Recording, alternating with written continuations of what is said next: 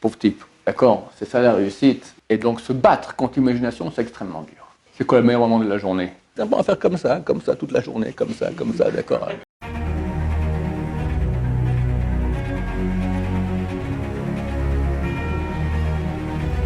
Ce jour est dédié à la base pour une bonne délivrance, les Dakala pour Batia Khana, Rachel Margot et Bat Mesouda Myrna, mais vu que ça se peut que ça fait pas mal de temps que nous devons recevoir cette demande de dédicace, parce qu'elle a déjà accouché. Donc s'il a déjà accouché, alors qu'elle a beaucoup de facilité dans l'éducation de son enfant, Bézat Hachem, qui grandissent dans les bonnes midotes, les bons caractères et en bonne santé. Amen. Alors, on a une question ici de Yona que je vais expliquer. Donc, on a une Gemara traité Souka, page 52, qui parle, c'est une page connue qui parle beaucoup du Yetzer Hara. Et là-bas, il est écrit qu'à la fin des temps, Dieu va égorger le Yetzer Hara. C'est très bientôt avec les deux dieux. Ça a déjà commencé, je crois, qu'ils commencent à se ratatiner. Enfin, on ne le voit pas encore, mais ça commence. Et c'est marqué que les tzadikim pleurent, donc les justes, et les rechaim, les mécréants, pleurent aussi.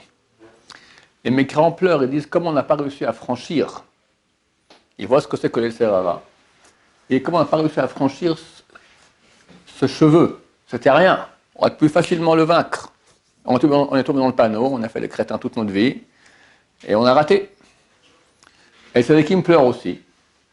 Ils disent, comment, peur de joie comme ça, ou d'étonnement, comment est-ce qu'on a réussi à vaincre une montagne pareille? Là, se pose la question. Alors, le Yetzer Hara, c'est une montagne, d'après les tzadikim, oui, et d'après les Rechaim, c'est un cheveu. Alors, qu'est-ce que c'est en fait? La réponse, elle est simple. Chacun de nous, d'ailleurs, je peux le vivre. Je crois, bon, on peut avoir beaucoup de moments dans la vie, mais je crois que c'est général pour tout le monde, Yom Kippour. C'est presque impossible que pendant Kippour, tu n'as pas tout à coup une vision de pâtisserie qui te passe devant le... ou du repas de ce soir. D'accord? Et tu imagines que tu vas rentrer à la maison. Alors, il y en a qui font chasser cette image tout de suite, parce que c'est vraiment pas le sujet maintenant à Kippour de penser aux pâtisseries. D'accord? Qu'est-ce qu'il y aura ce soir à manger? Mais il y en a qui y pensent beaucoup. Et tous, quand ils arrivent à la maison, ils mangent. Et en fait, ils voient que c'est beaucoup moins que ce qu'ils avaient cru. Ça veut dire que l'imagination le fait voir ce truc-là comme étant extraordinaire, tout ça, puis sur le terrain, alors il a remarqué c'est une arnaque. Tout le monde sait à quel point le Yetzer Hara, il vient et te fait miroiter des choses extraordinaires, puis sur le terrain, quand tu viens, franchement, c'est jamais aussi bon que ce qu'on aurait pu croire. Alors, les Rechaim qui ont goûté au Yetzer Hara, ils ont flanché devant lui, ils disent, c'est dommage, c'était rien, c'était des bêtises, un cheveu. Par contre, les tzadikim, face à l'épreuve du Yetzer Hara, c'est vrai que c'est imaginaire, mais l'imagination, c'est pas rien, c'est une partie énorme chez nous, d'accord? Il faut une puissance. Personne ne peut vaincre son imagination, on peut se battre contre, d'accord? Arriver à comprendre que non. Et néanmoins, bien que j'ai toutes sortes d'effluves imaginatifs qui me montent à la tête et qui me font croire des choses, etc., le monde entier fonctionne comme ça, d'accord? Aujourd'hui, le monde entier court après l'argent. On te fait croire des choses. Avec l'argent, tu vas avoir des vacances, tu vas avoir une famille, on te montre une pub comme ça, tu vois avec la fille derrière en train de sourire avec les cheveux, et toi derrière, puis les enfants en vacances, n'importe, toutes sortes de messages qui sont complètement imaginatifs, qui n'existent pas, et qu'en fin de compte, ce sont des moyens de le faire tomber dans le panneau, des hameçons, pour que tu vas commencer à travailler dans le sens que veut la société, ça veut dire faire de l'argent, l'économie marche, etc. Quelques-uns font de l'argent, et ils ne sont pas forcément plus heureux que les autres, d'habitude pas, et tous les autres rêvent d'avoir de l'argent comme ces quelques-uns qui ont réussi à faire de l'argent. Je crois même qu'il y a des journaux économiques, comme ça on te montre, comme autour des interviews de quelqu'un, de plusieurs noms comme ça, et puis tout le monde rêve, d'accord, voilà, la réussite. Pauvre type, d'accord, c'est ça la réussite. Bon, alors en tout cas, c'est de l'imaginatif, et il existe. Et donc se battre contre l'imagination, c'est extrêmement dur. Regardez, une chose que tout le monde aime bien, il y avait une pub quand j'étais jeune, je crois que vous n'êtes pas encore né quand c'était à la télévision, j'avais peut-être 15 ans, ça s'appelait « Le meilleur moment de la journée ». C'est quoi le meilleur moment de la journée? Après le travail. Quand on va dormir, quand on rentre au lit, d'accord. C'est malheureux que le type, sa journée, c'est ça, c'est quand il arrête. Toute la journée, il peut vivre. Quand il arrête de vivre, il passe dans le monde inconscient. Alors, il y a 1 minute, allez, 2 minutes, comme ça, tu rentres sous le duvet, voilà, bien, t'es content, et hop, tu t'endors. Et combien le Yetzer Hara, il nous fait rêver, je sais pas, ça dépend des gens à quel point ils aiment le lit, mais bon, il y en a ici pas mal qui adorent le lit, d'accord. Je dis, quand ils rentrent les suivants, on donne un petit miniature comme ça, comme cadeau de souvenir. Alors, pourquoi? Quelques minutes de rien, après quand tu dors, tu n'as pas la joie de dormir. Tu as le matin quand le réveil sonne, tu éteins et tu te rendors avec un sourire, d'accord, pour dire, allez, je rate ta prière, tu as un sourire, le sourire du Yetzer Hara. Bon, en 2 mots, il y a ici une force imaginative très très puissante contre nous, et elle est dure. C'est vrai que les sadikim vont la comparer à une montagne. Et arriver à la vaincre, c'est vraiment être un vrai héros. D'accord? Comme disent les sages d'Israël, il est beaucoup plus facile de conquérir une ville que de vaincre son Yetzer Hara. Je citais souvent les grands conquérants qu'on connaît dans l'histoire, d'accord? Alexandre le Grand, Jules César, qu'est-ce que j'en sais, Richard Cœur de Lion, tout ça, c'était des nuls parfaits. D'accord? Alexandre le Grand, je racontais, je ne peux pas m'empêcher de le raconter de nouveau. Il était très très jeune, il a conquis depuis la Macédoine en Grèce jusqu'en Inde. Il avait un compagnon d'armes. Et un jour, il s'énerve contre lui au quartier général, comme ça dans leur tente, tac, il prend un couteau et le tue. C'est quelqu'un de grand, ça. C'est un grand crétin, d'accord? Je ne vais pas dire un mot encore plus vulgaire. Alexandre, le grand crétin, c'est comme ça qu'on devrait l'appeler. Mais, je ne sais pas, dans la tête tordue des gens, conquérir et tuer des gens, c'est être quelqu'un de grand. D'accord? Pour nous, c'est être un nul. Vas-y, vainque ton Yetzer. Tu t'énerves contre ton ami, retiens-toi. On parle. Dans Traité Yoma qui disent comment ça se fait que il y a une assemblée, les sages de la grande assemblée.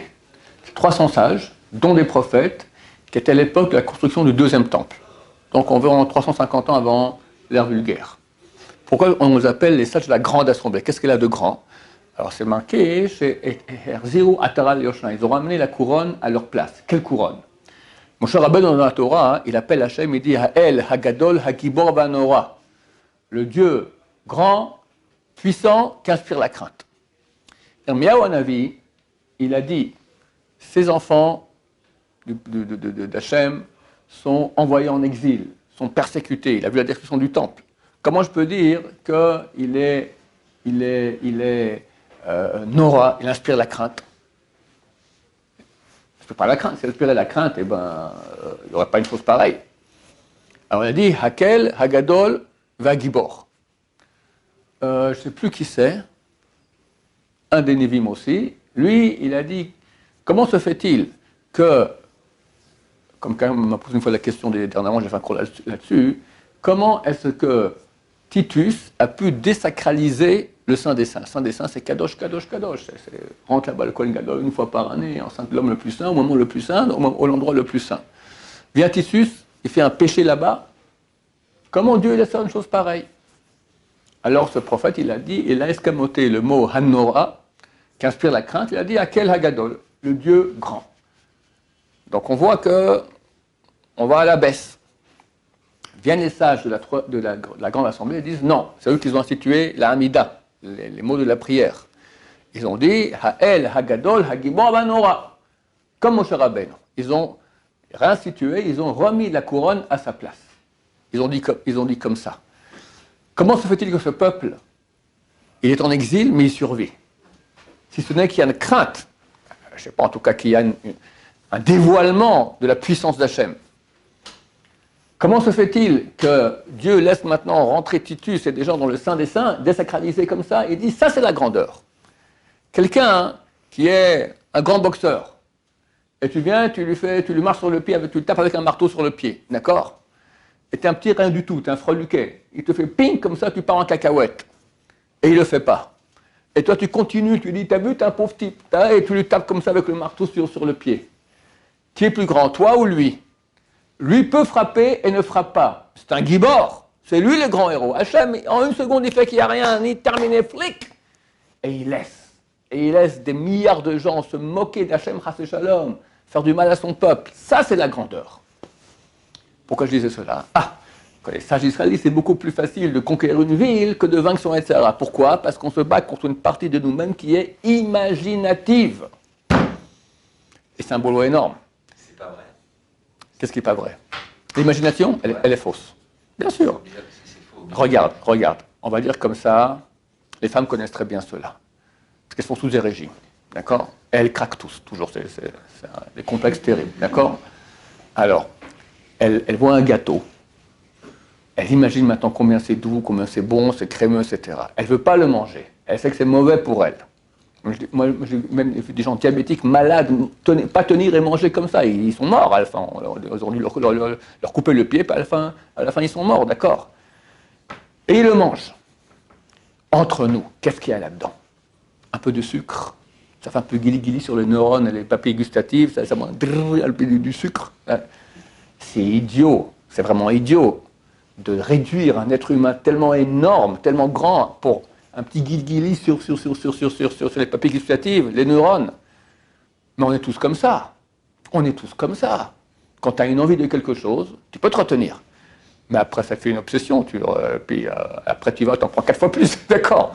C'est ce qu'elles font, les femmes. D'accord? Se retiennent, jusqu'à ce qu'elles ne se retiennent pas, et zic, d'accord? Elles prennent 4 kilos. D'accord? Mais c'est clair que quand elles mangent, elles ont beaucoup moins de satisfaction que l'idée qu'elles ont eue que quand elles mangeraient. Donc l'imagination, c'est un menteur. Il te vend des clopinettes, rien, menteur. Qu'on ne parle pas maintenant de toutes les addictions qui existent. La drogue. Les gens qui sont addictés à la drogue, ils sont heureux, malheureux comme tout. Il leur faut le dos sans ça, il ne tient pas le coup. Il n'est pas heureux. Le type qui est addicté au film X, il y en a qui m'ont écrit, mais c'est terrible, j'arrive pas, c'est un esclavage terrible. Ceux qui sont aliénés au portable, d'accord, on ne peut pas passer 3-4 heures par journée, pas au film X, on va faire comme ça, toute la journée, comme ça, d'accord, pauvre type, d'accord, toute la journée comme ça, d'accord, c'est pas une aliénation. Tout ça, les gens sont aliénés. Alors, ou ils sont conscients de l'aliénation, ils sont malheureux comme tout, ou un beau jour, ils vont se rendre compte. Combien j'ai vu que, je ne sais plus, un pourcentage énorme de gens dans les couples se plaignent qu'ils ont un concurrent avec leur conjoint, le portable, d'accord? Ça dérange l'union dans le couple, parce que le mari ou la femme, elle est comme ça sans cesse. Eh oh, j'existe, je suis là, coucou, d'accord? Ou les deux sont ensemble, chacun comme ça, d'accord? On m'a dit que dans des fois des réunions familiales, d'accord? Alors, un temps on discutait, comment ça va, tout ça, ils sont tous comme ça. Ça, ils ne sont pas vus depuis quelques mois, cousin, machin, tante, oncle, comme ça. C'est complètement fou, d'accord? Les addictions, c'est encore pire. L'alcool, on n'en parle pas. Le jeu, c'est des gens qui souffrent et font souffrir leur entourage. Tout ça commence, quand c'est déjà une addiction, c'est trop tard. Déjà, il faut se soigner. Mais ça commence avec des idées imaginatives qui te font croire des bonheurs, des jouissances qui sont beaucoup moins que ce que c'est.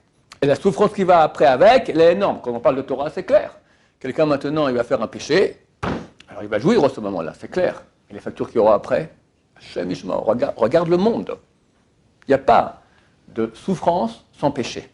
Regarde le monde, tu vois que c'est une grande souffrance énorme, partout, de tous les côtés. Les problèmes de santé, les problèmes d'argent, les problèmes de chômage, d'éducation, tout ce que tu veux, c'est la bérésina, d'accord, la destruction totale. De quoi ça vient? Parce que tu n'es pas été dans le sens de ce qu'Hachem veut. Et Hachem, il veut te faire monter, réussir ta vie. Tu choisis un autre chemin. Ok, il te laisse. C'est marqué, Dieu a ouvert les deux voies existent. Mais regarde à quoi ça amène, quelle souffrance. Pour rien, pourquoi? Pour un peu de jouissance imaginative. Voilà, que Dieu nous aide à faire partie des tzadikim qui se battent contre notre imagination. Et sachez que c'est le travail de tout le monde. D'accord? J'ai vu une fois un article, c'était le Rav Eliashiv, le grand de la génération. Et j'y pense, moi, quand je dois me lever du lit, d'accord, c'est dur, comme tout le monde, hein, qui n'aime pas le lit le matin. Il dormait, je crois, 4 heures par nuit, quelque chose comme ça. Et à la fin de sa vie, il est mort à l'âge de 104, 105, 106 ans, quelque chose comme ça, très très vieux. Un rapport qu'il lui avait un malheur, alors il y avait une caméra sans cesse sur lui. Et les gens racontent la caméra. On voit que lorsque le réveil sonnait, tout de suite, il se met assis sur le lit, 2-3 secondes après, tac, il est debout. après 4 heures de sommeil. Comment on fait une chose pareille? Phénoménal. C'est une bataille de maîtrise contre les effluves imaginatifs. Combien c'est bon quand tu te lèves de dire je vais me remettre au lit.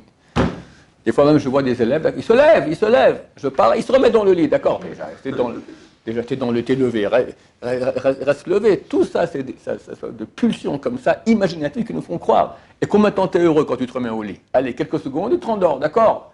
C'est quelques secondes de rien. À se maîtriser à ce point, comme bon, ça fait le grand de la génération, hein. C'est pas donné à tous. Baruch Adonai, Olam, Amen, Amen.